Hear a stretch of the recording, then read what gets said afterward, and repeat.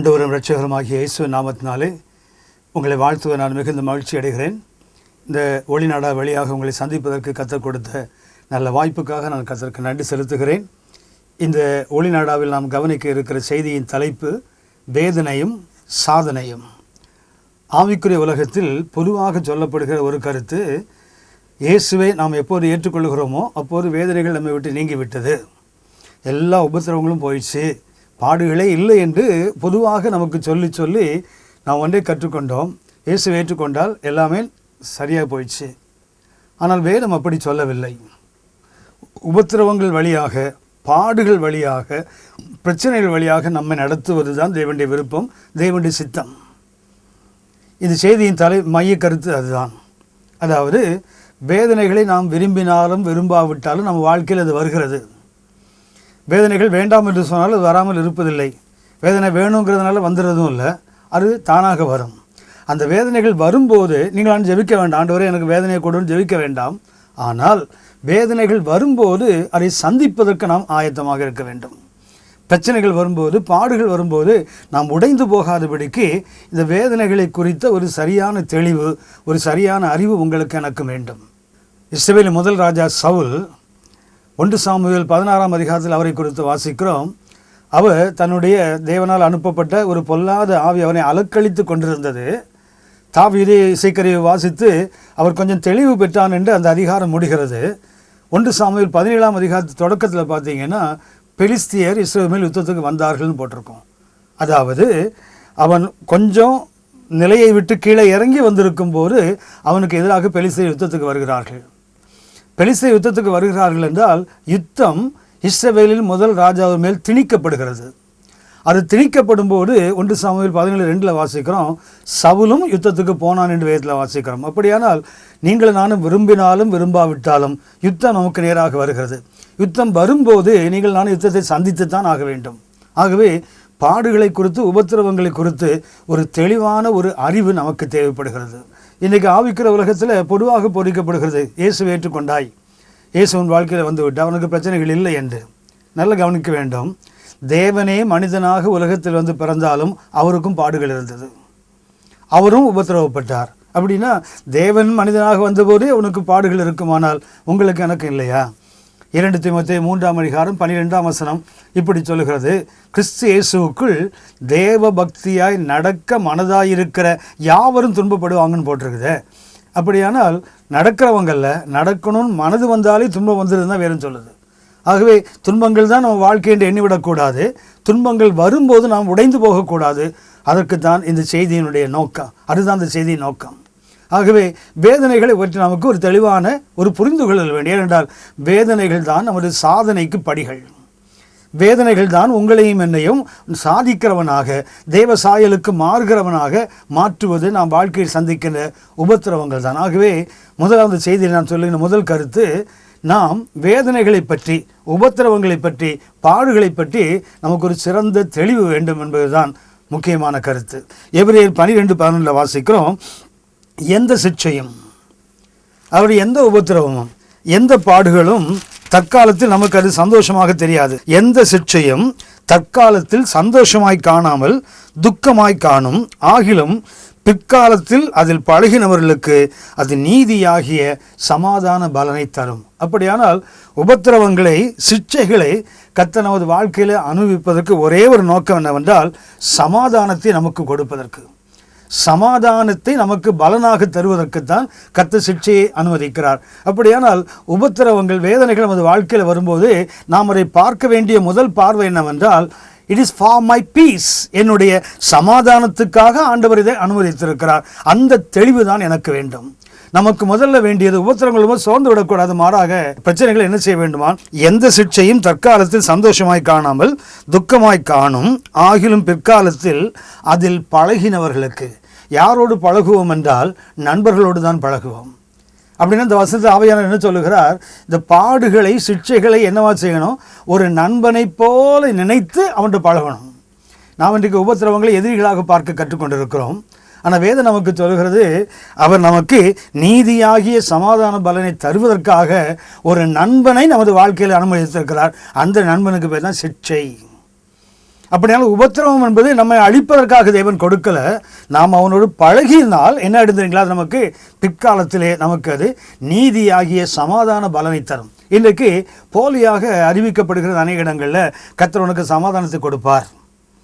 ஒரு வீட்டுக்கு ஒரு பத்திரிகை வருது, அதில் சமாதானத்தை கர்த்தர் கொடுப்பா, உன் சமாதான நதியை போல ஓடுனா வந்துடாது. நல்ல கவனித்துக் கொள்ளுங்கள். ஒரு வாக்குத்தத்த அட்டையில் கர்த்தர் சமாதானத்தை கொடுக்குறான்னா வந்துடாது. இல்லை ஒரு ஆசீர்வாத கூட்டத்தில் மாத தொடக்கத்தில் நடத்துகிற ஆசீர்வாத அந்த வாக்குத்தத்த கூட்டங்களில் ஒரு வாக்குத்தத்தம் கொடுத்தால் அது சொந்தமாகி விடாது. எப்போ சொந்தமாகும்? ஏசாயா 48:18 சொல்லுகிறது, என் கற்பனைகளை கவனித்தாயானால் அப்போது உனக்கு நலமாயிருக்கும். என்ன செய்யுமா உனக்கு? உன் சமாதானம் ஒரு நதியைப் போல, உன் நீதி சமுத்திரத்தின் அலைகளைப் போல இருக்குன்னு வேறுன்னு சொல்லுத. எப்போ அப்படின்னா, அவருடைய கற்பனைகளை கவனித்தால்தான், அவரது கற்பனைப்படி நடந்தால்தான் சமாதானமே தவிர ஒரு தேவ மனிதன் தலையில் கவி ஜெபிக்கிறதான் சமாதானம் வந்து விடாது. இல்லை சமாதானத்தை கத்தை கொடுத்து விட்டான்னு சொல்லி கொண்டு நடப்பதனால எனக்கு வராது. மாறாக என்ன செய்யணும்? அவருடைய கற்பனைகளை நான் கவனித்து நடந்தால் அது எனக்கு நலமாயிருக்கும். அப்போது என் சமாதானம் ஒரு நதியை போல வரும். ரோமர் 5:1 வாசிக்கிறோம். சமாதானம் எப்போது வருமா? இயேசு கிறிஸ்துவின் மூலமாக நாம் அவர் மேல் வைக்கிற விசுவாசத்தின் மூலமாக நாம் ரட்சிக்கப்படும் போது என்ன ஆகிறோம்? கிறிஸ்துவின் வழியாக நீதிமான்கள் ஆக்கப்படுகிறோம். அப்போ நமக்கு என்ன கிடைக்கும்? தேவனோடு நாம் சமாதானம் பெறுகிறோம். Peace with God. பிலிப்பியர் 4:6-7 வாசிக்கிறோம். நாம் ஒன்றுக்கும் கவலைப்படாமல், அதாவது ஒன்றையும் எதிர்பாராமல் எல்லாவற்றையும் நம்முடைய தேவனுக்கு தெரிவிக்கும் போது எல்லா புத்திக்கு மேலான தேவ சமாதானம். ரோமர் 5:1 தேவனோடு சமாதானம். பிலிப்பியர் 4:7 தேவ சமாதானம். பிலிப்பியர் 4:9 சமாதானத்தின் தேவன் நம்மோடு இருப்பார். எப்போது? ஒரு தேவ மனுஷன் நாம் கற்றுக்கொண்டது, கேட்டது, கண்டது, அடைந்தது இவைகளை கை கொள்ளும் போது நமக்கு சமாதானத்தின் தேவனே நம்மோடு இருப்பாராம். எப்போது சமாதானம் வரும் என்றால் அவருடைய கற்பனைகளை கவனிக்கும் போது தான். ஒன்று, நீதிமானாக்கப்படும் போது தேவனோடு சமாதானம். எந்த எதிர்பார்ப்பும் இல்லாமல் வாழ கற்றுக்கொள்ளும் போது தேவ சமாதானம். மூன்றாவது, நாம் கற்றுக்கொண்டவைகளை வாழ்க்கையில கை கொள்ளும் போது நமக்கு சமாதானத்தின் தேவனே வருகிறார். ஆகவே கற்பனைகளை கவனித்தால்தான் சமாதானமே தவிர கற்பனை எனக்கு வந்து விட்டதை நான் சொல்லிக்கொண்டு நடப்பதனால, எல்லாம் விசுவாசிப்பதனால வருவதல்ல. அது என் வாழ்க்கையை நான் மாற்றிக்கொள்வதனால், அவருடைய கற்பனையின்படி நடப்பதினால்தான். ஆகவே உபத்திரவங்கள் நமக்கு முதல்ல கொடுப்பது என்ன? நமக்கு சமாதானத்தை கொடுப்பதற்குத்தான் கர்த்தர் சிட்சையை அனுமதிக்கிறார். அதைத்தான் எபிரேயர் 12:11 சொல்கிறது. இரண்டாவதாக 1 பேதுரு 1:5-6 ஏன் கர்த்தர் நமக்கு உபத்திரவங்களை அனுமதிக்கிறார் என்றால், உபத்திரவத்தை பற்றி எனக்கு உங்களுக்கு ஒரு தெளிவான அறிவு வேண்டும். இரண்டாவதாக கருத்து சொல்கிறது, கடைசி காலத்தில் வெளிப்பட ஆயத்தமாக்கப்பட்டிருக்கிற ரட்சிப்புக்கு ஏதுவாக விசுவாசத்தை கொண்டு தேவனுடைய பலத்தினாலே காக்கப்பட்டிருக்கிற உங்களுக்கு அந்த சுதந்திரம் பரலோகத்தில் வைக்கப்பட்டிருக்கிறது.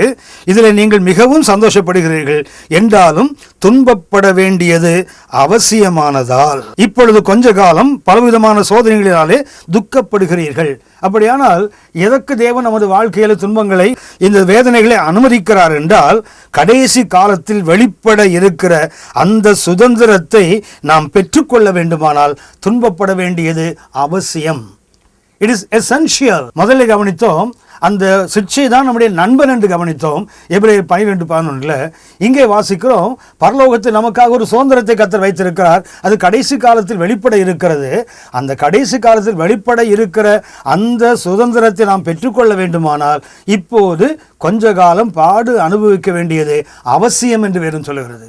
அப்போ பாடுகள் வேண்டாம் என்று சொன்னால் கடைசி காலத்தில் வெளிப்பட போகிற அந்த சுதந்திரம் எனக்கு வேண்டாம் என்று சொல்வதாக அர்த்தமாகிவிடும். அப்படியானால் உபத்திரவத்தை பற்றி உங்களுக்கு எனக்கு தெளிவான ஒரு வெளிப்பாடு வேண்டும். இது எதற்கென்றால், கடைசி காலத்தில் பரலோகத்தில் எனக்கு வைக்கப்பட்டிருக்கிற சுதந்திரத்துக்கு நான் பங்குள்ளவனாக மாற வேண்டுமானால் இந்த உபத்திரவப்பட வேண்டியது அவசியம் என்று வேறும் சொல்கிறது. மூன்றாவதாக உபத்திரவத்தை பற்றி எனக்கு ஒரு தெளிவு வேண்டும். இது எனக்கு நியமிக்கப்பட்ட ஒன்று. ஆங்கிலத்தில் சொன்னால் இட் இஸ் அன் அப்பாயின்மெண்ட். 1 தெசலோனிக்கேயர் 3:3 மிக தெளிவாக சொல்கிறது, இப்படிப்பட்ட உபத்திரவங்களை சகிக்க நாம் நியமிக்கப்பட்டிருக்கிறோம் என்று நீங்கள் அறிந்திருக்கிறீர்களே. ஆனால் பரிதாபம், இந்த அறிவு இன்றைக்கு அநேகருக்கு இல்லை. உபத்திரவங்கள் வரும்போது இது என்னுடைய அப்பாயின்மெண்ட், இது எனக்கு நியமிக்கப்பட்டது என்ற அந்த தெளிவு இல்லாததுனால உபத்திரவங்கள் போது உடைந்து போகிறார்கள், சோர்ந்து போகிறார்கள். ஆகவே உபத்திரவத்தை பற்றி எனக்கு இருக்கிற மூன்றாவது அறிவு என்ன?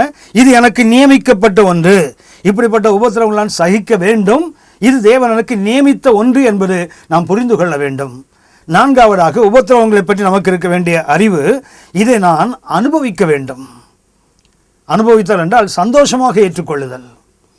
2 தீமோத்தேயு 4ஆம் அதிகாரம் 5ஆம் வசனம் இந்த கருத்தை நமக்கு சுட்டி காட்டுகிறது. நீயோ எல்லாவற்றிலும் மனத்தெளிவுள்ளவனாயிரு, தீங்கு அனுபவி. இந்த மனத்தெளிவு என்று அடிக்கடி எழுதப்படுகின்ற வார்த்தைக்கு நாம் ஒன்றை புரிந்து கொள்ள வேண்டும். மனத்தெளிவு என்றால் எந்த விதமான போதைப் பொருளுக்கும் அடிமையாகாமல் தெளிவாக இருப்பதுன்னு அர்த்தம். அதாவது இன்டாக்சிகேஷன், அந்த போதைப் பொருளினுடைய ஆதிக்கம் இல்லாமல் தெளிவாக இருப்பது என்று அர்த்தம். தெளிவு என்பதற்கு பயன்படுத்தும் மூல வார்த்தையின் பொருள் என்னவென்றால், அந்த இன்டாக்சிகேஷன், அதாவது ஒரு போதைப் பொருளை சாப்பிட்டு அதனால் வருகின்ற ஒரு மயக்கத்தில் இருக்காதுன்னு அர்த்தம். அதுக்கு இது மிக மிக முக்கியமாக கவனிக்கப்பட வேண்டியது.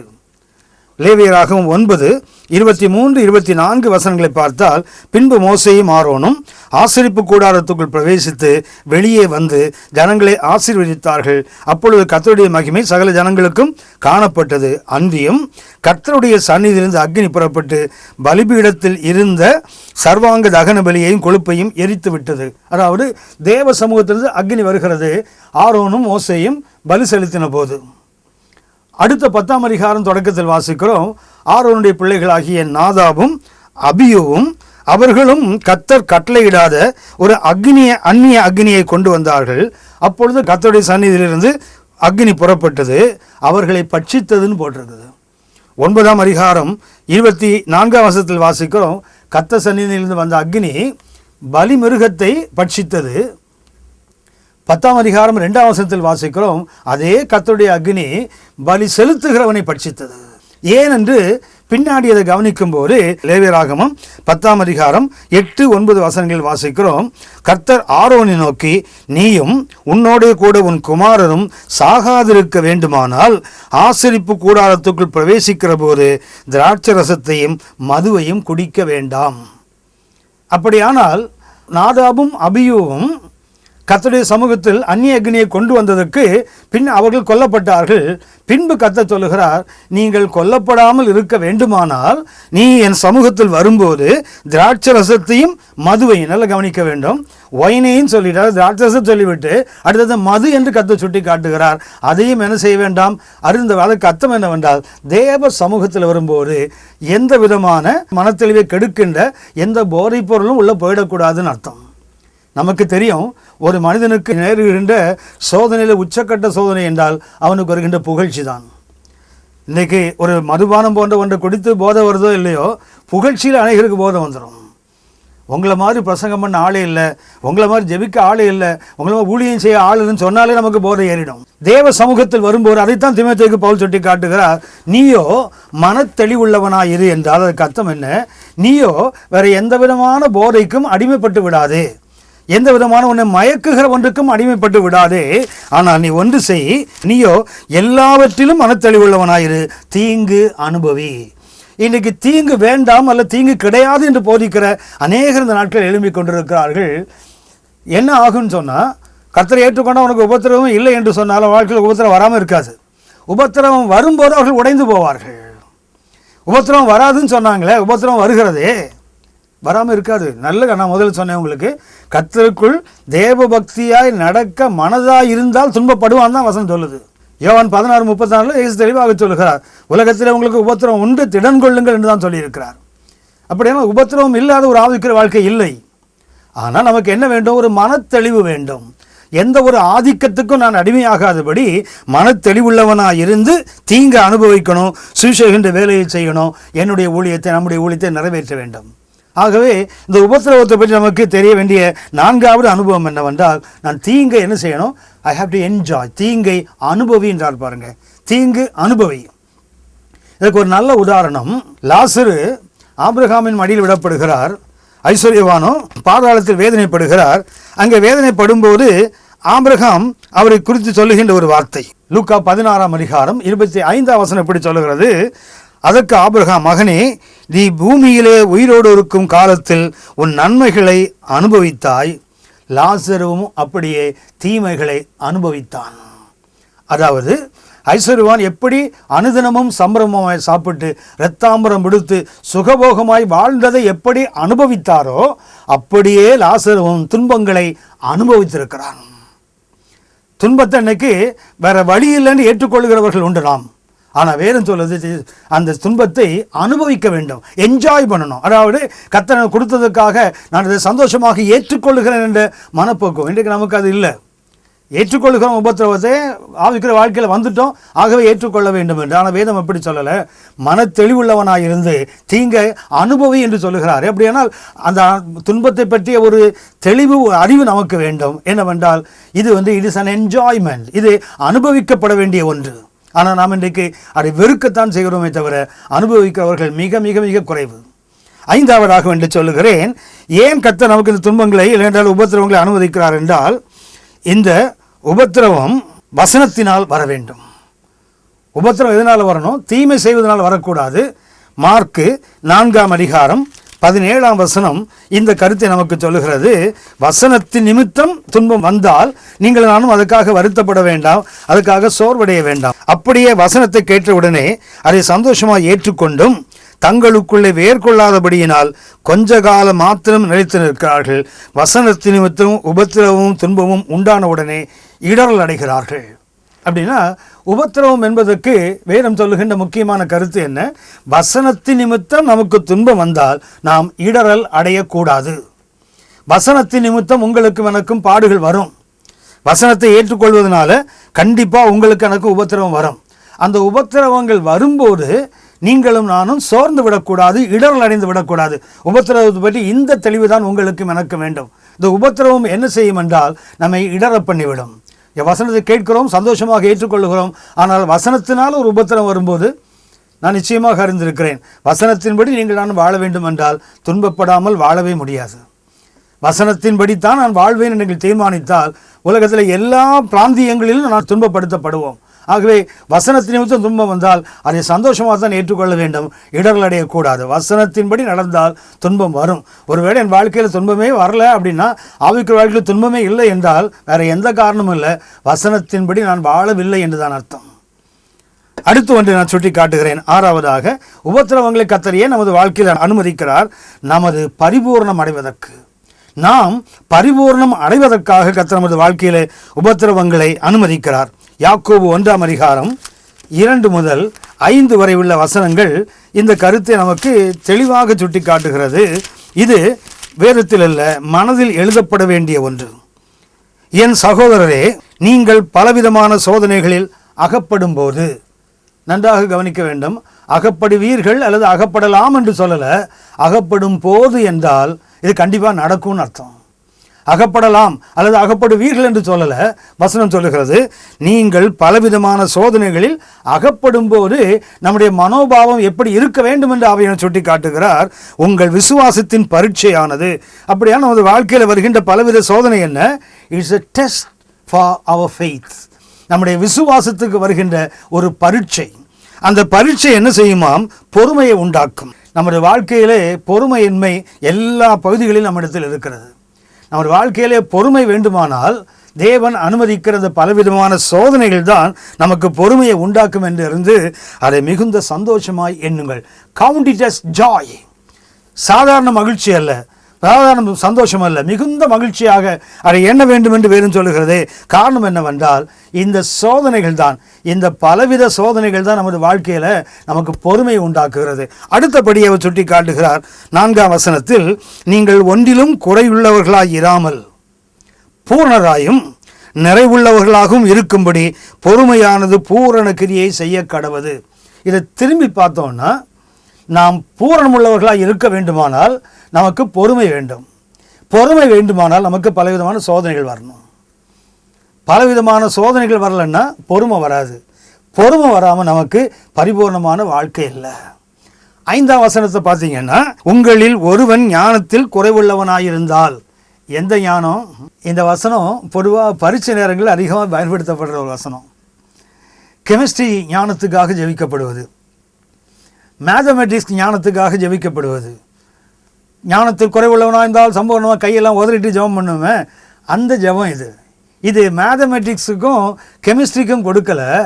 இது உபத்திரவங்களை பற்றி அந்த ஞானத்துக்கு கொடுக்கப்பட்ட வசனம்.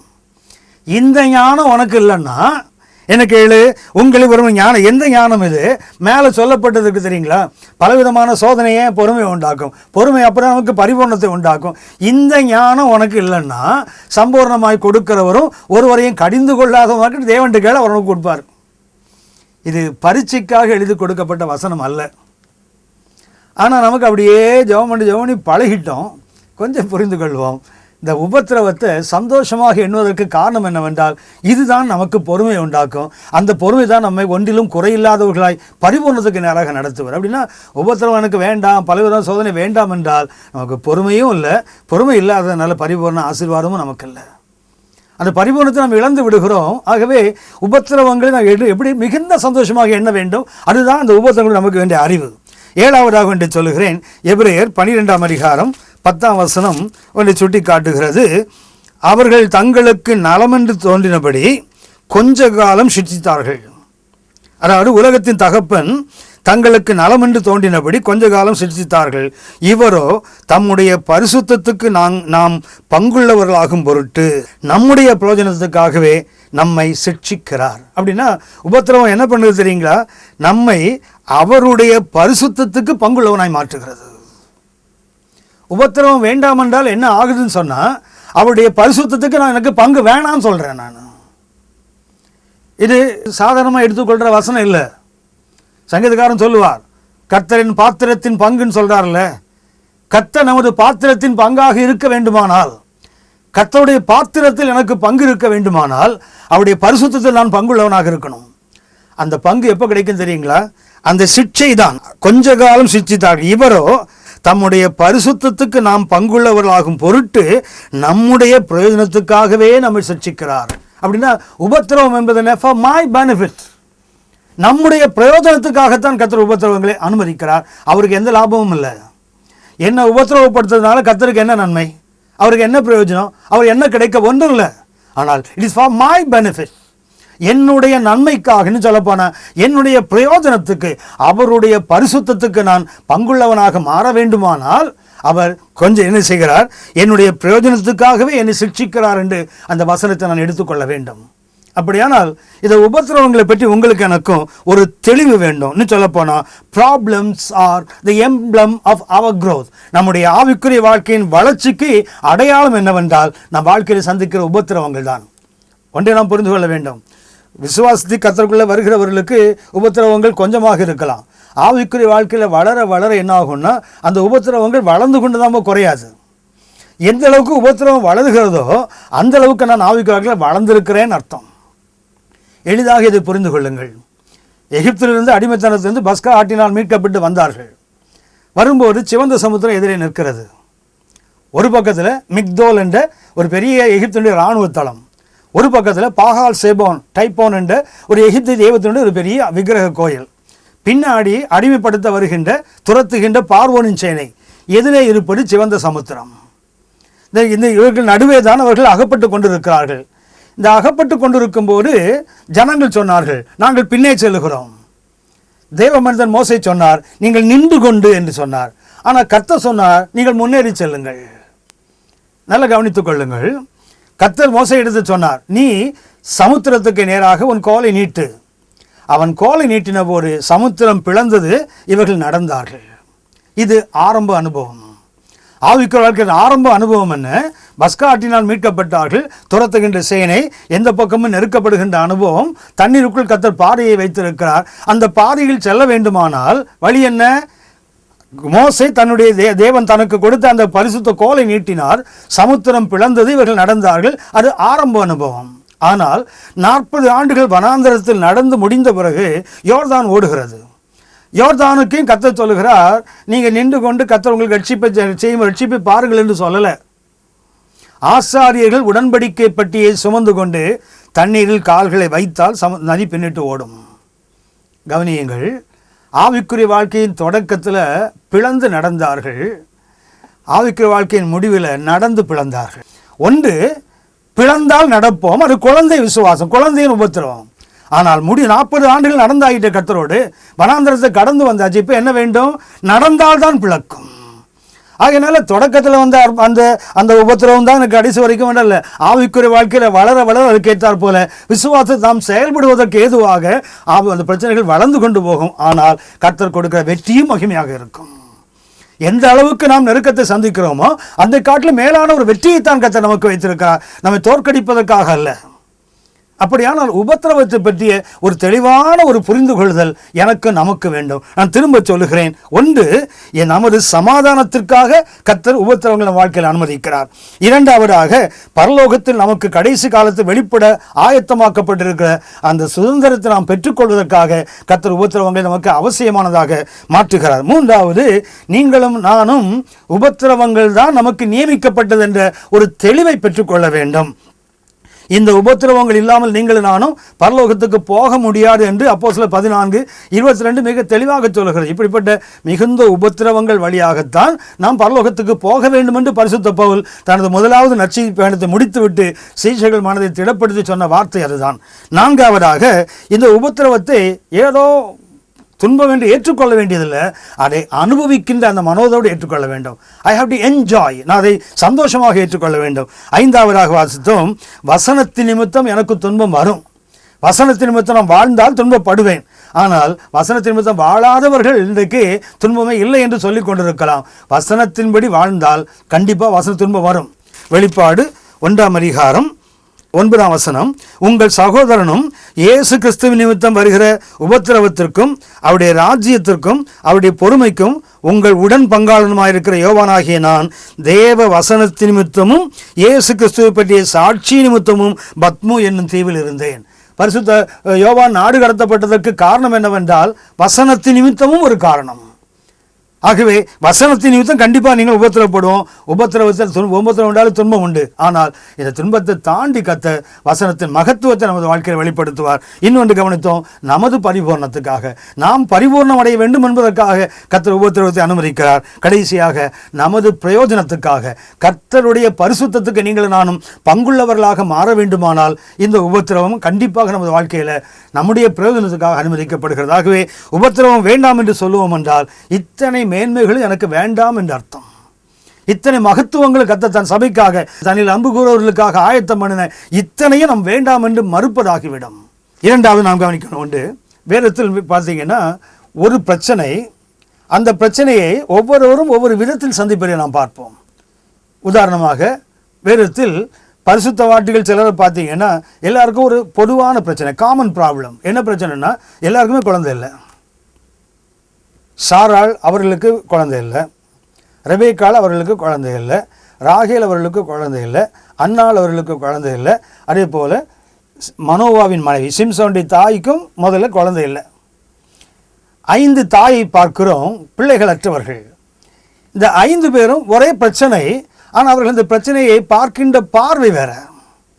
ஆதியாகமம் 16:2 சாராளுக்கு குழந்தை இல்லாத போது ஆச்சரியமான விஷயம் என்னவென்றால், ஆதியாகமம் 15 கர்த்தர் ஆபிரகாமை சந்தித்து அவரோடு பேசுகிறார்.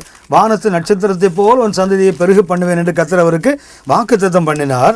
அவரை கூடாரத்துக்கு வெளியே அழைத்து கொண்டு வந்து கர்த்தர் அவனோடு பேசுகிறார். ஆதியாகமம் 15:5 வாசிக்கிறோம், அவர் அவனை வெளியே அழைத்து, நீ வானத்தை அண்ணாந்து பார், நட்சத்திரங்களை எண்ண உன்னாலே கூடுமானால் அவைகளை எண்ணு என்று சொல்லி பின்பு அவனை நோக்கி உன் சந்ததி இவ்வளவாய் இருக்கும் என்றார். அவன் கர்த்தரை விசுவாசித்தான், அதை அவனுக்கு நீதியாக எண்ணினார். கர்த்தர் இவ்வளவு மகிமையான ஒரு ஆசீர்வாதத்தை கொடுத்த பிறகு 16:1 ஆபிரகாமுடைய மனைவியாகிய சாராய்க்கு பிள்ளை இல்லாதிருந்தது. எகிப்து தேசத்தாளாகிய ஆகார் என்னும் பெயர் கொண்ட ஒரு அடிமை பெண் அவளுக்கு இருந்தாள். சாராய் ஆபிரகாமை நோக்கி, நான் பிள்ளை பெறாதபடிக்கு கர்த்தர் என் கர்ப்பத்தை அடைத்திருக்கிறார், என் அடிமை பெண்ணோடு சேரும், ஒருவேளை அவளால் என் வீடு கட்டப்படும் என்றால். சாராயின் வார்த்தைக்கு ஆபிரகாம் செவி கொடுத்தான். அன்புக்குரியவர்களே, இந்த வசனத்தை பார்க்கும்போது கொஞ்சம் நாம் ஆவிக்குரிய கற்றுக்கொள்ள ஒரு அற்புதமான பாடம் இதில் இருக்குது. 15 ஆதியாகமம் 15 கர்த்தர் ஆபிரகாமுக்கு வாக்குத்தத்தம் பண்ணிவிட்டார், வானத்து நட்சத்திரத்தை போல் உன் சந்ததி. இது கர்த்தர் சொன்னது. 16:2 ஆபிரகாமுடைய மனைவி சாராள் சொல்லுகிறார்கள், என் அடிமை பெண்ணை நீ எடுத்துக்கொள்ளும், அவள் மூலமாக என் சந்ததி பெருகட்டும். ஆபிரகாம் உடனே செவி கொடுத்தார் என்று வாசிக்கிறோமே. எப்படி செவி கொடுத்திருக்க கூடும் என்றால், கர்த்தர் நட்சத்திரம் போன்ற ஒரு சந்ததியை கொடுப்பேன்னு சொல்லிட்டாரு. சாரா என்ன செய்கிறாங்க, அதுக்கு ஹெல்ப் பண்ணுறாங்க. ஒரு ஆகாரை சேர்த்து கொண்டால் குழந்தைகள் வரும். இயற்கையாக என்ன ஆகிடும்னா கர்த்தர் கொடுத்த வாக்குத்தத்தம் நிறைவேறிடும். ஆபிரகாம் ஒருவேளை யோசித்திருக்கலாம், கர்த்தர் கொடுப்பேன்னு சொன்னார், ஆகார வழியை காட்டுகிறாள், இப்போ ரெண்டையும் சேர்த்தா. நான் எப்போதுமே சொல்லுவேன், never ever try to help God. தேவனுக்கு உதவி செய்கிறதுக்கு ஒருபோதும் ட்ரை பண்ணாதீங்க. நம்ம சும்மா இருந்தாலே போதும். ஒன்றும் செய்யாமல் சும்மா உட்கார்ந்தாலே கர்த்தர் செய்ய வேண்டியதை செய்து விடுவார். அர்ப்பணித்தல் என்று சொல்லுகிறோமே, அர்ப்பணித்தல் என்ன தெரியுங்களா? கையை காலை வச்சு சும்மா இருன்னு அர்த்தம். ஒன்றும் பண்ணாத, கர்த்தர் எல்லாம் பண்ணிப்பார். நீ என்ன செய்தால் போதும், உன் கையை காலை வச்சு சும்மா இருந்தாலே போதும், செய்ய வேண்டியதெல்லாம் கர்த்தர் செய்வார். ஆனால் அவர் செய்யும்போது நம்ம என்ன பண்ணுவோம், எதையாவது ஒன்று செய்துகிட்டே இருப்போம். நாம் செய்வதை நிறுத்தினால், அதான் சொன்னால், நீ சும்மா இரு, நான் உனக்காக, அதுக்கு அர்த்தம் என்ன, நீ சும்மா இருக்கிற வரைக்கும் என்னால் உனக்கு ஒத்தும் பண்ண முடியாதுன்னு அர்த்தம். நான் தான் சும்மா இருக்க மாட்டோமே. சும்மா இருந்தால் கர்த்தர் செயல்படுவார். ஆபிரகாமுக்கு நாம் கற்றுக்கொள்ள வேண்டியது, பிரச்சனைகளை கர்த்தர் ஒரு ஆசீர்வாதத்தை கொடுப்பேன் என்று சொன்னால் அதை நிறைவேற்ற கர்த்தருக்கு முடியும். வாக்குத்தத்தம் பண்ணினவருக்கு அதை நிறைவேற்ற முடியாதா?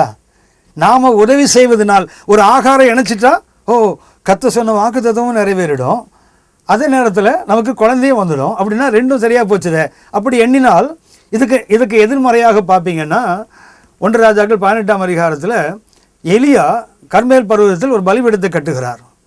கட்டிவிட்டு அந்நிய தெய்வங்களை நோக்கி கூப்பிட்டார்கள், பதில் இல்லை. இப்போது எலியா எழுந்து 12 கற்களை, கோத்திர பிதாக்களுடைய பெயர்கள் 12 கற்களை எடுத்து கட்டிவிட்டு விறகை வைக்கிறார், காளையை துண்டித்து வைத்தார். அதுக்கு மேலே 12 குடம் தண்ணியை ஊற்றுறார் பாருங்களேன். ஏனென்றால் அவர் கர்த்தருக்கு ஹெல்ப் பண்ணலை, கர்த்தருக்கு பிரச்சனையை கடினப்படுத்தி கொடுக்கிறார். ஆபிரகாம் பிரச்சனையை லகுவாக்கி கொடுத்தார், ஆனால் எலியாவை பிரச்சனையை கடினப்படுத்தி கொடுக்கிறார். அதுக்கு அர்த்தம் என்ன சொன்னால், என் ஆண்டவர் நனைஞ்சு போன விறகையும் கொளுத்த வல்லவர். அதாவது காஞ்சி போன விறகு அல்ல, என்ன பண்ணுறாரு, பிரச்சனையை கடினப்படுத்தி கொடுத்தார் எலியா. கர்த்தரே தேவன் என்று அன்றைக்கு எல்லா முழங்கால்களும் முடங்கும்படி நாவுகளாகவும் அறிக்கையிட்டதுக்கு காரணம் என்னவென்றால், எலியா கர்த்தருக்கு அவருடைய வாக்கு தத்தத்தை நிறைவேற்றுவதற்கு உதவி செய்யலை, மாறாக அந்த பிரச்சனையை கடினமாக்கி கொடுத்தார். நீங்கள் நானும் தேவனுக்கு உதவி செய்யவே வேண்டாம். எனக்கு பிரச்சனை என்றால் நாம் என்ன செய்கிறோம், we are trying to help God. தேவனுக்கு உதவி செய்ய விரும்புகிறோம். அந்த அளவுக்கு மனிதனுக்கு தேவன் பலவீனமான தேவன் அல்ல. நம்ம ஹெல்ப் பண்ணி அவருக்கு அவருடைய வாக்குத்தத்தத்தை நிறைவேற்றுவதற்கு. சாராய் அதைத்தான் செய்தார்கள். அவள் சொல்கிறாள், கர்த்தர் வாக்குத்தத்தம் பண்ணிட்டாரு, என் அடிமைப்பெண் ஆகாரை நீர் எடுத்துக்கொள்ளும், அவள் மூலமாக என் சந்ததி வருமே. ஆபிரகாம் உடனே செவி கொடுக்கிறார் பாருங்க. கர்த்தர் சொன்னதுக்கும் செவி கொடுத்தார், சாராள் சொல்வதற்கும் செவி கொடுக்கிறார் பாருங்களேன். அப்படி உதவி செய்ய வேண்டும். ஒரு பிரச்சனை தான், குழந்தை இல்லை, ஆனால் அதுக்கு அவங்க என்ன பண்ணுறாங்க தெரியுங்களா, கர்த்தருக்கு உதவி செய்கிறார்கள். சரி, அடுத்தது பார்ப்பீங்கன்னா ரெபேக்கா குழந்தை இல்லாத போது ஆதியாகமம் 25:21 வேதம் சொல்லுகிறது, அதே ஒரே பிரச்சனை, குழந்தை இல்லாத பிரச்சனை. அதற்கு இவங்க என்ன செய்கிறாங்கன்னா, மலடியாக இருந்த தன் மனைவிக்காக ஈசாக்கு கர்த்தரை நோக்கி வேண்டுதல் செய்தான். கர்த்தர் அவன் வேண்டுதலை கேட்டறினார். அவன் மனைவி ரெபேக்காள் கற்பம் தரித்தாள். அப்படின்னா ஒரே பிரச்சனை. சாராள் அவருடைய பார்வையில் ஒன்று இருக்குது. எப்படி செய்யணும்னா, ஒரு மாற்று வழியை தேடு. கர்த்தர் சொல்லிட்டார்ல, அவருக்கு நம்ம ஒன்று ஹெல்ப் பண்ணிட்டா பிரச்சனை தேர்ந்து விடும். இது ஒரு கூட்டம். இன்னொரு கூட்டம் என்னவென்றால், ஜெபம் பண்ணிட்டா கர்த்தர் என்ன செய்வார், கொடுப்பார். ஈசாக்கு தன் மனைவிக்காக வேண்டுதல் செய்தான், கர்த்தர் ஜெபத்தை கேட்டார், குழந்தையை கொடுத்தார். அப்படின்னா ஒரு பிரச்சனை. அதுக்கு ரெபேக்கா கற்றுக் கொடுக்க வழி என்ன, ப்ரே காட், தேவனை நோக்கி ஜெபம் பண்ணு. நீ ஜெபம் பண்ணிட்டா கர்த்தர் கொடுப்பார். மூன்றாவதாக ராகேல், அவர்களுக்கும் இதே பிரச்சனை. அந்த ராகேல் அந்த பிரச்சனையை சந்தித்து விடும். ஆதியாகமம் 30ஆம் அதிகாரம் 1ஆம் வசனத்தை வாசிப்போமானால், அங்கே ராகேல் யாக்கோபோடு போராடுவதை பார்க்கிறோம். ராகேல் தான் யாக்கோபுக்கு பிள்ளைகளை பெறாததை கண்டு தன் சகோதரி மேல் பொறாமை கொண்டு யாக்கோபை நோக்கி, எனக்கு பிள்ளையை கொடுமை, இல்லாவிட்டால் நான் சாகிறேன். ஒரே பிரச்சனை. இங்கே என்ன வருதுன்னா, தற்கொலையின் ஆவி வருது பாருங்க. என்ன சொல்ற, மிரட்டுறா. ராகேல் செய்வதென்ன, தன் கணவன் யாக்கோபை மிரட்டுகிறார்கள். எனக்கு பிள்ளையை கொடு, இல்லை என்றால் நான் சாகிறேன். Spirit of suicide. இது ஒரு சில ஒரே பிரச்சனை தான். ஆனால் அவங்களுடைய ராகேலின் வழி என்னன்னு சொன்னால் சண்டை போடு. இல்லை என்றால் 3ஆம் வசனத்தை பார்த்தீங்கன்னா, தன்னுடைய வேலைக்காரையாக பில்காலை அவளுக்கு கொடுக்குறாங்க. ஒரு மாற்று வழி தான் அவளும் தேடுறாங்க. ஒன்று பிள்ளையை கொடு, சாகிறேன். யாக்கோபு சொல்கிறார், நானாக நிறுத்தி வைத்திருக்கேன், கர்த்தர் அல்லவா. உடனே இவங்க பார்த்தாங்க, சரி அப்போ என்ன செய்வான், என் வேலைக்கார பெண்ணை எடுத்துக்கொள், பில்காலை எடுத்துக்கொள். சரி, அதோடு அவர்கள் திருப்தி அடைந்தவில்லை. தொடர்ந்து பார்த்தீங்கன்னா 14ஆம் வசனத்தை, ஆதியாகமம் 30:14 தன்னுடைய சகோதரியினுடைய அந்த தூதாயும் கனிக்காக சண்டை போடுறா போயிட்டு. இதற்கு எப்படியாகிலும் பிள்ளை வேண்டும்.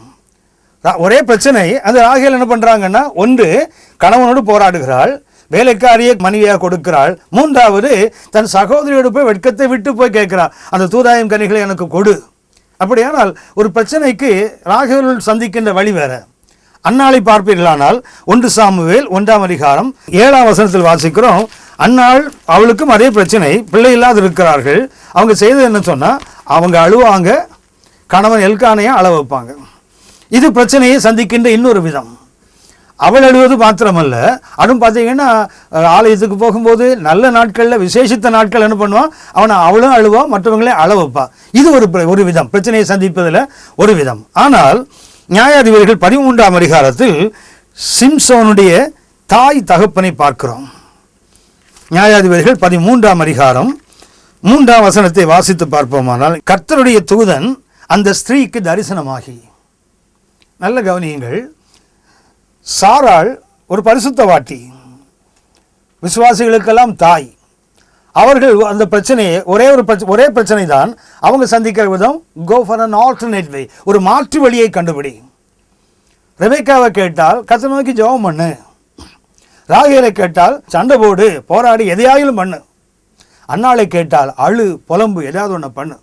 ஆனால் இந்த சிம்சோனுடைய தாய் அவர்களுக்கு மிக அற்புதமாக சொல்லுகிறது. 2ஆம் வசனத்தில் வாசிக்கிறோம், நியாயாதிபதிகள் 13:2, அவன் மனைவி பிள்ளை பெறாத மலடியாய் இருந்தாள். அவள் எப்படி இருந்தான்னா, பிள்ளை பெறாத மலடியாய் இருந்தாள். அடுத்த வசனம் வாசிக்கிறோம், கர்த்தருடைய தூதனானவர் அந்த ஸ்திரீக்கு தரிசனமாகி.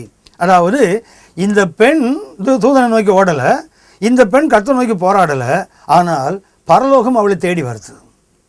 காரணம் என்னவென்றால், she was minding her own business. அவங்க வேலையை அவங்க பார்த்துட்டு இருந்தாங்க. மறுபடியும் பார்ப்பீர்களானால் நியாயாதிபதிகள் 13:9 பார்த்தா, தேவன் மனோவாவின் சத்தத்துக்கு செவி கொடுத்தார், அந்த ஸ்திரீ வெளியில் இருக்கும்போது திரும்பவும் அவளிடத்தில் வந்தார். அப்படின்னா ஒரு முறை அல்ல, 2 முறை தேவனுடைய தூதனானவர் வருகிறார். அந்த 2 முறையும் பார்த்தீங்கன்னு சொன்னால் இந்த பெண் எதையும் செய்யலை. ஆனால் அவங்க என்ன செய்கிறாங்க, அவர்களுடைய கடமையை ஒழுங்காக செய்திருக்காங்க. இதைத்தான் நீங்கள் நானும் உபத்திரவங்களை பற்றி புரிந்து கொள்ள வேண்டும். உபத்திரவங்கள் வரும்போது நமக்கு தெரிய வேண்டிய தெளிவு என்னவென்றால், நான் செயல்படுவதனால் இது நடப்பதல்ல, நான் என்னுடைய வேலையை செய்யணும், என்னுடைய கடமைகளை சரியாய் செய்தால் பரலோகம் என்னை தேடி வந்து என்னை சந்திக்கும். அதைத்தான் நம்ம இந்த பிரச்சனைகள் கற்றுக்கொள்ள வேண்டும். ஒரே பிரச்சனையை சாராள் சந்திக்கின்ற அனுபவம் ஒன்று இருக்குது, ரெபெக்கா சந்திப்பது ஒன்று, ராகேல் சந்திப்பது ஒன்று, அன்னாள் சந்திப்பது ஒன்று. ஆனால் சிம்சோனுடைய தாய் சந்திப்பது முற்றிலும் வித்தியாசமான விஷயம். அவர்கள் எதையும் போராடலை, மாறாக தங்களுடைய கடமையை சரியாக செய்து கொண்டிருந்தார்கள். யூதர்களுடைய பாரம்பரியத்தின்படி சிம்சோனுடைய தாய் அல்லது மனோவாவுடைய மனைவி, அவளுடைய பேர் அத்சலல் ஃபோனி என்று சொல்லுகிறார்கள். வேதத்தில் 1 நாளாகவும் 4ஆம் அதிகாரம் 3ஆம் வசனத்தில் அத்சலல் ஃபோனி என்ற ஒரு பெயர் இருக்குது. அந்த பேர் சிம்சோனுடைய தாய் அல்ல அது, ஆனால் அந்த பேர் தான் இந்த சிம்சோனுடைய தாய்க்கு பேர் என்று இவனுடைய பாரம்பரியம் சொல்லுகிறது. அத்சலல் ஃபோனி என்றால் மிக அற்புதமான ஒரு அர்த்தம், அவரது நிழல் என் மேல் விழுகிறது.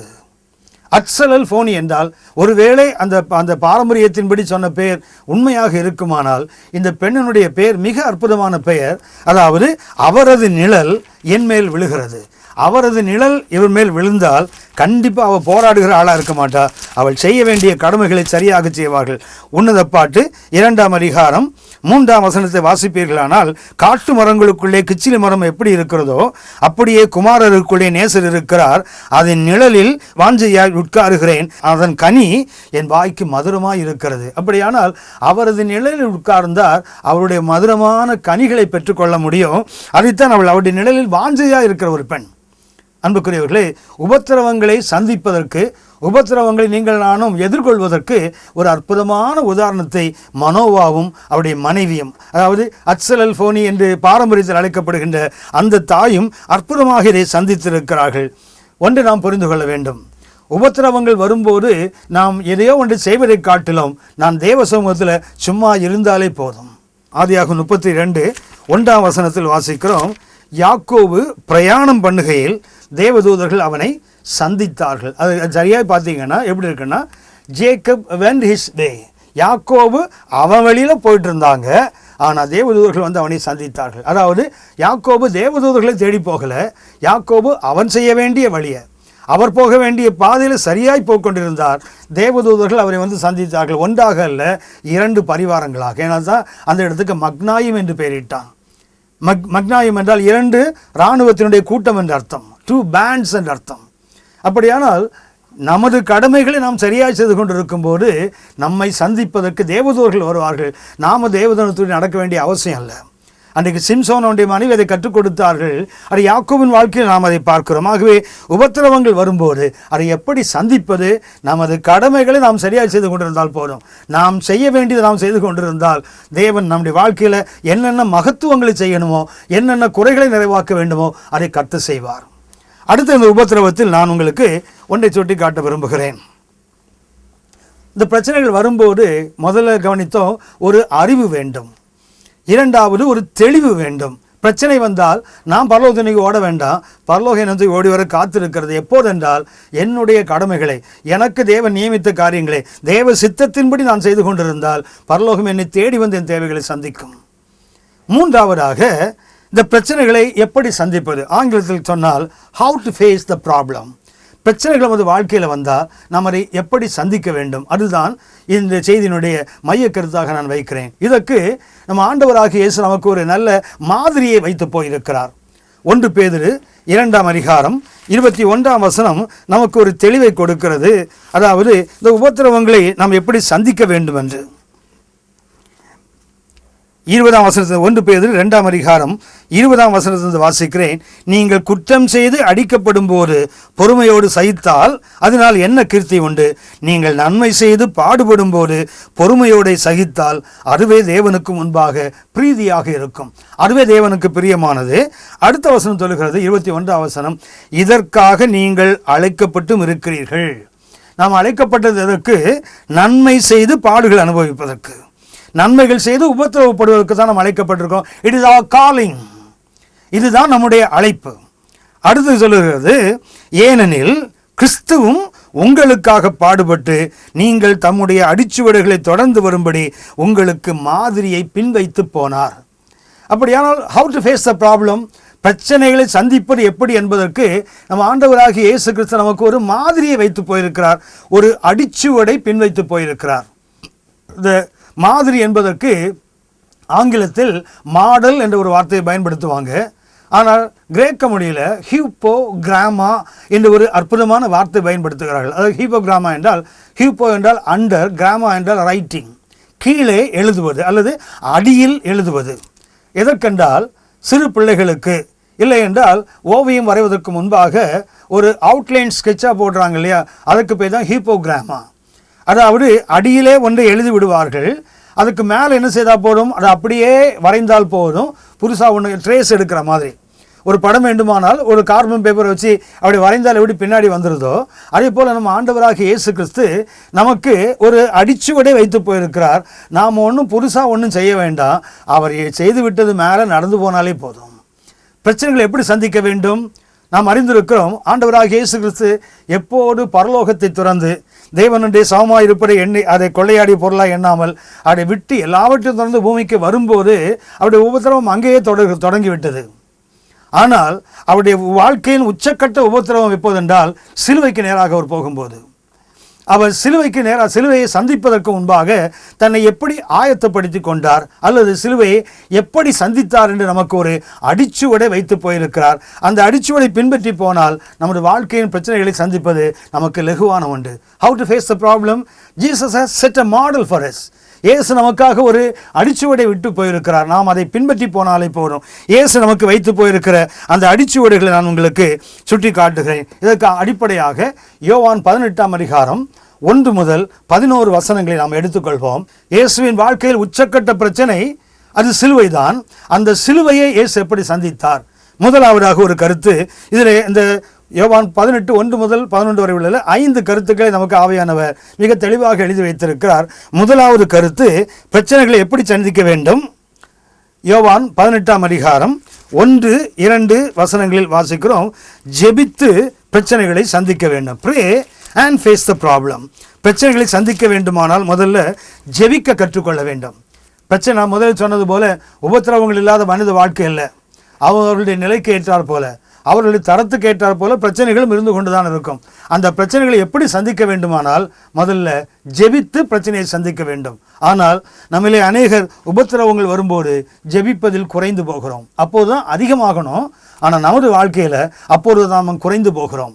ஏனென்றால் இந்த உபத்திரவங்களும் பாடுகளும் என்ன செய்யும்னு சொன்னால் ஜெபிக்க விடாது நம்மை தடுத்து விடும். பிரச்சனைகள் நம்மை மேற்கொள்வதற்கு காரணமே அதுதான். சாதாரண நேரத்தில் நன்றாக ஜெபிக்கிறவர்கள் கூட உபத்திரவங்கள் வரும்போது, உபத்திரவத்தின் தீவிரம் அவர்களை நெருக்கும் போது ஜெபிப்பதில் குறைந்து விடுகிறோம். இஸ்ரவேல் முதல் ராஜா சவுலை பற்றி பார்க்கும்போது எதிரிகள் வந்து விட்டார்கள். தேவ மனுஷன் குறித்த நேரத்தில் வரல, அவனுடைய ஜனங்களும் அவனை விட்டு ஓடிவிட்டார்கள். அப்போது அவர் சொல்லுகிறார், நீர் குறித்த நேரத்துக்கு வரல, பெலிஸ்தியர் வந்து விட்டார்கள், ஜனங்களும் என்னை விட்டு ஓடிவிட்டார்கள், நானும் ஜெபம் பண்ணலை, ஆனால் துணிந்து ஆசாரியர் மாத்திரம் செலுத்த வேண்டிய அந்த பலி செலுத்துவதற்கு நான் ஆயத்தமாயிட்டேன். பலி செலுத்தேன்னு சொல்கிறார் பாருங்க. அப்படின்னா பலி செலுத்த இன்றைக்கு அநேகரால் முடிகிறது, ஆனால் ஜெபிக்க முடிவதில்லை. கடைசி நாட்களுடைய அடையாளம் என்னவென்றால் 1 பேதுரு 4ஆம் அதிகாரம் 7ஆம் வசனம் சொல்லுகிறது, கடைசி நாட்களுடைய மிகச்சிறந்த ஒரு அடையாளம் அது. எல்லாவற்றுக்கும் முடிவு சமீபமாயிற்று, ஆகையால் தெளிந்த புத்தி உள்ளவர்களாயிருந்து ஜெபம் பண்ணுவதற்கு ஜாக்கிரதையாயிருங்கள். ஜாக்கிரதையாக இல்லாவிட்டால் நீங்களும் நானும் ஒழுங்காக ஜெபிக்க முடியாது, தொடர்ந்து ஜெபிக்க முடியாது. கடைசி நாட்களின் அடையாளம் ஜெபிக்க முடியாத நிலைதான். பிரச்சனைகள் வரும்போது அநேகர் சோர்ந்து போகிறார்கள். ஜெபிப்பதைத்தான் கர்த்தர் எதிர்பார்க்கிறார். வேதம் சொல்லுகிறது, ஆபத்து காலத்திலே சோர்ந்து போனால் உன் பலன் குறுகினது என்று வேதம் சொல்லுகிறது. ஜெபித்து தான் பிரச்சனையை சந்திக்க வேண்டும். நம்ம ஆண்டவராகிய இயேசு கிறிஸ்துவின் வாழ்க்கையில் அவர் யோவான் 18:1-2 வசனங்களின்படி பார்ப்பீர்களானால் அவர் கெத்செமனேயில் ஜெபித்து விட்டுத்தான் அவர் பிரச்சனைகளை சந்தித்தார். நல்ல கவனிக்க வேண்டும். வேதத்தில் ஜெபிக்க வேண்டிய அவசியமில்லாத ஒருவர் உண்டென்றால் அது இயேசு ஒருவர் தான். ஏனென்றால் இயேசுவின் நாமத்தை தான் நாம் ஜெபிக்கிறோம். அந்த இயேசுவே ஜெபித்தார்.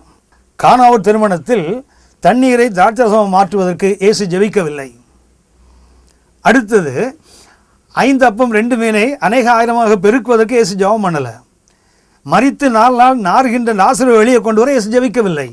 ஆனால் அந்த இயேசு ஜெபித்து சிலுவையை சந்திக்கிறார் என்றால் நீங்கள் நானும் சிலுவையை சந்திக்க ஜெபிக்கணுமா வேண்டாமா? Pray and face the problem. இயேசு சந்தித்த 2வது விதம் யோவான் 18ஆம் அதிகாரம் 4ஆம் வசனம், face the problem without escapism. அதாவது தப்பிப்போகிற ஒரு நிலை இல்லாமல் நாம் பிரச்சனையை சந்திப்பதற்கு கற்றுக்கொள்ள வேண்டும். இயேசு தமக்கு நேரிடப் போகிற எல்லாவற்றையும் அறிந்து எதிர்கொண்டு போய் அவர்களை நோக்கி யாரை தேடுகிறீர்கள் என்றார். அப்படியானால் இயேசு பிரச்சனையை கண்டு ஒளிந்து ஓடவில்லை. இயேசு பிரச்சனையை வந்தபோது எதிர்கொண்டு போய் ஜெபித்தார். இன்றைக்கு நம்மளே அநேகர் பிலாத்துவை போல யோவான் 19:10 அவர் சொன்னார், உன்னை விடுதலையாக்கவும் உன்னை சிலுவையில் அறையவும் எனக்கு அதிகாரம் உண்டு, உனக்கு தெரியுமா என்று கேட்டார். ஆனால் அவர் அதிகாரத்தை பயன்படுத்தி இயேசுவை விடுவிக்கவில்லை. மாறாக ஒரு பாத்திரத்தில் தண்ணீரை வைத்து கைகளை கழுவி கொண்டார். அதாவது அவருக்கு அதிகாரம் இருந்தும் அவர் செய்தது என்ன? அவர் கைகளை கழுவி கொண்டார். நம்ம இன்றைக்கு நாம் என்ன செய்கிறோம்? பிரச்சனைகளை வரும்போது நாம் கை கழுவ கற்றுக்கொண்டோமே தவிர பிரச்சனைகளாக சந்திக்கவில்லை. இயேசு பிரச்சனைகளை கண்டு ஒதுங்கி ஓடவில்லை, அவர் மறைந்து ஓடவில்லை. மாறாக இயேசு பிரச்சனைகள் வந்தபோது எதிர்கொண்டு போய் சந்தித்தார். 3வதாக பிரச்சனைகளை அதிகாரத்தோடு தான் சந்திக்க வேண்டும். Face the problem with authority. இயேசு பிரச்சனையை எதிர்கொண்டு போய் சந்தித்தது மாத்திரமல்ல, அதிகாரத்தோடு சந்தித்தார். யோவான் 18ஆம் அதிகாரம் 6-7 வசனங்களில் வாசிக்கிறோம், நான் தான் என்று அவர் அவர்களுக்கு சொன்னவுடனே அவர்கள் பின்னிட்டு தரையில் விழுந்தார்கள். இயேசு பிரச்சனையை பயந்து கொண்டு சந்திக்கவில்லை, அதிகாரத்தோடு சந்திக்கிறார். நான் தான். அந்த நான் தான் என்ற வார்த்தை கேட்ட மாதிரி பின்னிட்டு விழுகிறார்கள். அந்த நான் தான் என்பதை நீங்கள் அறிந்திருப்பீர்கள். நான் தான் என்பதுக்கு ஐ ஆம் என்ற வார்த்தையின் அர்த்தம் நீங்கள் அறிந்திருப்பீர்கள். யாத்திராகமம் 3ஆம் அதிகாரத்தில் மோசே கர்த்தரை கேட்டாரே, உங்கள் பேர் என்ன ஆண்டவரே, அது எனக்கு சொல்லும் என்று கேட்டபோது கர்த்தர் சொன்னாரே, இருக்கிறவன் என்று சொன்னாரே. 3ஆம் அதிகாரம் யாத்திராகமம் 3:14 வாசித்து பார்த்தால் அதற்கு தேவன் இருக்கிறவராக இருக்கிறேன் என்று மோசேயினுடைய சொல்லி, இருக்கிறேன் என்பவர் என்னை உங்களுக்கு அனுப்பினார் என்று இஸ்ரவேல் புத்திரரோடு சொல்வாயாக என்றார் போட்டிருக்குது. அந்த இருக்கிறேன் என்பதற்கு ஐ ஆம் என்ற அர்த்தம். அந்த ஐ ஆம் தான் யெகோவா. யோவான் நற்செய்தியில் மாத்திரம் பார்த்தீங்கன்னா நான் தான் என்று இயேசு 7 முறை சொல்லியிருப்பார். இது 8வது சொல்லுகிறார் நான். அதுக்கு அர்த்தம் என்ன? ஐ ஆம் தி ஜெகோவா. நான் தான். இருக்கிறவராக இருக்கிறவன் நான் தான். அந்த அதிகாரம்தான் அவர்களை பின்னிட்டு தள்ள வைத்தது. அன்புக்குரியவர்களே, நீங்கள் நானும் பிரச்சனைகளை சந்திக்கும் போது பயந்து நடிக்க கொண்டு சந்திக்க வேண்டிய அவசியம் இல்லை. அதிகாரத்தோடு சந்திக்க வேண்டும். நம் ஆண்டவர் நமக்கு கற்றுக் கொடுத்த பாடம், face the problem with authority. அதிகாரத்தோடு சந்திக்க வேண்டும், பயந்து கொண்டு அல்ல. நீங்களும் நானும் இயேசுவுக்கு அதிகாரம் கொடுக்கப்பட்டது. அந்த அதிகாரத்துக்கு கொஞ்சமும் குறையாத அதிகாரத்தை தான் அவருடைய சரீரமாகிய சபைக்கு கர்த்தர் கொடுத்திருக்கிறார். எபேசியர் 1:22-23 வசனங்கள், அதே போல லூக்கா 10:19 வசனங்கள். இந்த வசனத்தை நீங்கள் கவனித்து பார்ப்பீர்களானால், ஆண்டவர் நமக்கு கொடுத்திருக்கிற அதிகாரம் இயேசுவுக்கு கொடுக்கப்பட்ட அதிகாரத்தில் கொஞ்சமும் குறைந்ததில்லை. மாறாக யோவான் 14:12 வாசிக்கிறோம். இயேசு சொன்னார், மெய்யாகவே மெய்யாகவே நான் உங்களுக்கு சொல்கிறேன், நான் என் பிதாவினிடத்துக்கு போகிறபடியினால் என்னை விசுவாசிக்கிறவன் நான் செய்கிற இந்த கிரியைகளை செய்வான், இதை பார்க்கிலும் பெரிய கிரியைகள். அப்படியானால் தேவன் சபைக்கு கொடுத்திருக்கிற அதிகாரம் சாதாரண அதிகாரம் அல்ல. ஆகவே பயந்து கொண்டு பிரச்சனைகளை சந்திக்க வேண்டாம். Face the problem with authority. 4ஆவதாக வேண்டிய வாசிக்கிறோம், பிரச்சனைகளை அன்பின் அடிப்படையில் தான் சந்திக்க வேண்டும். யோவான் 18:8 வசனம், face the problem with love. அன்பின் அடிப்படையில் தான் சந்திக்க வேண்டும். ஆண்டவராகிய இயேசு அந்த பிரச்சனையை சந்திக்கும் போது அவர் சொல்லுவார், நான் தான் உங்களுக்கு தேவை என்றால் இவர்களை போக விடுங்கள்.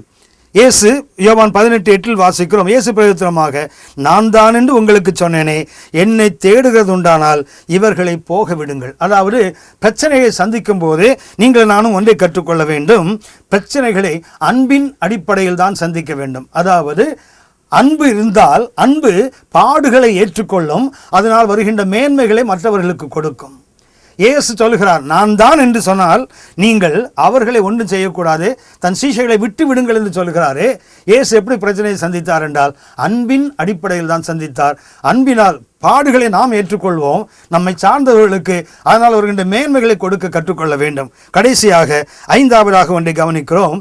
இயேசு பிரச்சனையை சந்தித்தது கீழ்ப்படிதலோடு பிரச்சனையை சந்தித்தார். Face the problem with obedience. இயேசு கீழ்ப்படிந்து அந்த பிரச்சனையை சந்தித்தார். யோவான் 18:10-11 வசனங்களில் வாசிக்கிறோம். அப்பொழுது சீமோன் பேதுரு தன்னிடத்திலிருந்து பட்டயத்தை உருவி பிரதான ஆசாரியனுடைய வேலைக்காரனை வலதுகாரரை வெட்டினார். அந்த வேலைக்காரனுக்கு மல்கூஸ் என்று பெயர். அப்பொழுது இயேசு பேதுருவை நோக்கி, உன் பட்டயத்தை உரையிலே போடு, பிதா எனக்கு கொடுத்த பாத்திரத்தில் நான் பானம் பண்ணாதிருப்பேனோ என்றார். இயேசு பிரச்சனையை எப்படி சந்திக்கிறார்? பிதாவின் சித்தத்துக்கு கீழ்ப்படிந்து சந்தித்தாரே தவிர, இயேசு பிரச்சனையை எதிர்கொண்டு போனாலும், அவர் அதிகாரத்தோடு சந்தித்தாலும், தேவ சித்தத்துக்கு கீழ்ப்படிந்து பிரச்சனையை சந்தித்தார். பிரச்சனைகளை நீங்களாம் சந்திக்க வேண்டிய விதம் இதுதான். இயேசு சொன்னாரே, நான் என் பிதாவை வேண்டிக் கொண்டால் அவர் கொடுத்த பாத்திரத்தில் பானம் பண்ணாதிருப்பேன் என்று சொன்னாரே. மத்தேயு 26:53 வசனத்தை பார்த்தால் இயேசு சொல்வார், என் பிதாவை வேண்டிக் கொண்டால் 12 லேகியோன் தூதர்களை அனுப்ப மாட்டாரா? 12 லேகியோன் என்றால் 72,000 தூதர்கள். 2 ராஜாக்கள் 19:35 வசனத்தில் வாசிக்கிறோம், ஒரு தூதன் ஒரு நாள் ராத்திரியில் 1,85,000 பேர் கொண்டான். அப்படின்னா 72,000 பேர் வந்திருந்தால் 1332 கோடி பேரை வெட்டலாம் ராத்திரியில் மாத்திரம். அன்னைக்கு இருந்த உலகத்தில் 50 கோடி கூட வந்திருக்க மாட்டான். இயேசு இவ்வளவு மகத்துவம் இருந்தும் அவர் சொன்னார், என் பிதாவின் சித்தத்தின்படி இந்த பாத்திரத்தை நான் பானம் பண்ண மாட்டேனா? அப்படின்னா பிரச்சனையை தேவ சித்தத்தின் அடிப்படையில் தான் சந்திக்க வேண்டும். 5 கருத்துக்களை how to face the problem என்று சொல்லியிருக்கிறேன். 1, pray and face the problem. 2வது, face the problem without escapism. அதாவது தப்பி பிரச்சனையை கண்டு ஒதுங்கி ஓடாமல் பிரச்சனையை சந்திக்க வேண்டும். 3வதாக, அதிகாரத்தோடு face the problem with authority. அதிகாரத்தோடு தான் சந்திக்க வேண்டும். 4வதாக, face the problem with love. அன்பின் அடிப்படையில் தான் பிரச்சனையை சந்திக்க வேண்டும். 5வதாக, face the problem with obedience. கர்த்தருடைய சித்தத்துக்கு கீழ்ப்படிந்து நாம் பிரச்சனைகளை சந்திக்க வேண்டும். இப்படி பிரச்சனை சந்தித்தால் கண்டிப்பாக பிரச்சனைகளை நீங்கள் நானும் மேற்கொள்ளலாம். நம் ஆண்டவராக இயேசுவின் வாழ்க்கையில் உச்சக்கட்ட உபத்திரவம் என்றால் அது சிலுவை தான். அந்த சிலுவையை இயேசு சந்தித்து வெற்றி வீரராய் மாறியது மாத்திரமல்ல, அவரை விசுவாசிக்கிற ஒவ்வொருவரையும் அந்த வெற்றி பவனியில் பங்கு பெற வைத்திருக்கிறாரே. 2 கொரிந்தியர் 2:14 வாசிக்கிறோம், கிறிஸ்துவுக்குள் எப்பொழுதும் எங்களை வெற்றி சிறக்க பண்ணி எல்லா இடங்களிலும் அவரை அறிகிற அறிவின் வாசனை வெளிப்படுத்துகிற தேவனுக்கு ஸ்தோத்திரம் என்று வாசிக்கிறோமே. எனவே உபத்திரவங்கள் வரும்போது அல்லது வேதனைகள் பாடுகள் வரும்போது நமக்கு தேவையானது 1, இந்த பாடுகளை பற்றிய ஒரு அறிவு நமக்கு வேண்டும். 2வதாக, பிரச்சனைகள் வரும்போது நாம் செயலாற்றுவதை காட்டிலும் தேவன் நம்மை குறித்த சித்தத்தை நாம் செயல்படுத்துவதுதான். பிரச்சனைகளை கொண்டு ஓடிக்கொண்டிருக்காமல் நமக்கு தேவன் நியமித்து அந்த சித்தத்தை செய்து கொண்டிருப்பது. மூன்றாவதாக ஆண்டவராகிய இயேசு நமக்கு ஒரு மாதிரியை வைத்து போயிருக்கிறார். அந்த மாதிரியை பின்பற்றி நீங்களும் நானும் வேதனைகளை சந்தித்தால் நிச்சயமாகவே இந்த வேதனைகள் ஒவ்வொன்றும் நமது வாழ்க்கையிலே சாதனையாக மாறும். நாம் ஜெபிப்போம். எங்கள் அன்பின் பரலோக பிதாவே, வேதனைகளை சாதனைகளாக மாற்றின எங்கள் பரலோக தகப்பனே, இந்த நாளுக்காய் இந்த வேலைக்காய் நாங்கள் உமக்கு நன்றி செலுத்துகிறோம். கிருபையுள்ள தகப்பனே, எங்கள் வாழ்க்கையில் நீங்கள் வேதனைகளை அனுபவிப்பது, சோதனைகளை, பாடுகள், உபத்திரவங்கள் வாழ்க்கையில் வருவது எங்களை உயர்த்துவதற்கு என்ற அந்த ஒரு சிறந்த அறிவை, சிறந்த ஒரு தெளிவை நாங்கள் பெற்றுக்கொள்ள கிருபை தருவீராக.